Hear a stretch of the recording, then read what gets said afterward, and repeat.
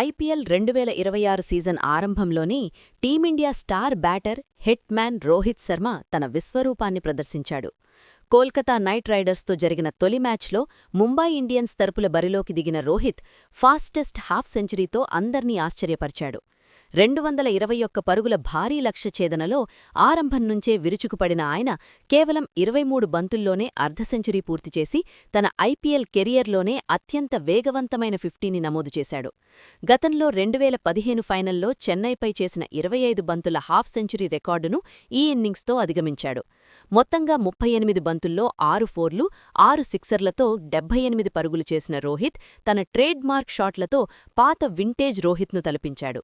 ముఖ్యంగా ఈ 19వ ఎడిషన్లో రోహిత్ శర్మ తన శారీరక దృఢత్వంతో అందరి దృష్టిని ఆకర్షించాడు. ప్రస్తుతం టెస్టులు, టీ20లకు రిటైర్మెంట్ ప్రకటించి కేవలం వన్డేలకే పరిమితమైన రోహిత్ తనకు దొరికిన విరామ సమయాన్ని ఫిట్నెస్ మెరుగుపర్చుకోవడానికి అద్భుతంగా ఉపయోగించుకున్నాడు. మునుపటి కంటే చాలా ఫిట్గా, చురుకుగా కనిపిస్తూ మైదానంలో మెరుపులు మెరిపించాడు. రోహిత్ ప్రదర్శన చూస్తుంటే ఆయన కన్ను 2027 వన్డే ప్రపంచకప్ పైనే ఉందనే సంకేతాలు స్పష్టంగా కనిపిస్తున్నాయి.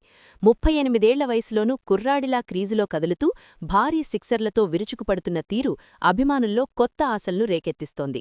వరల్డ్ కప్ లక్ష్యంగా సాగిస్తున్న రోహిత్ ఈ ప్రయాణం భారత క్రికెట్కు శుభపరిణామమని విశ్లేషకులు భావిస్తున్నారు.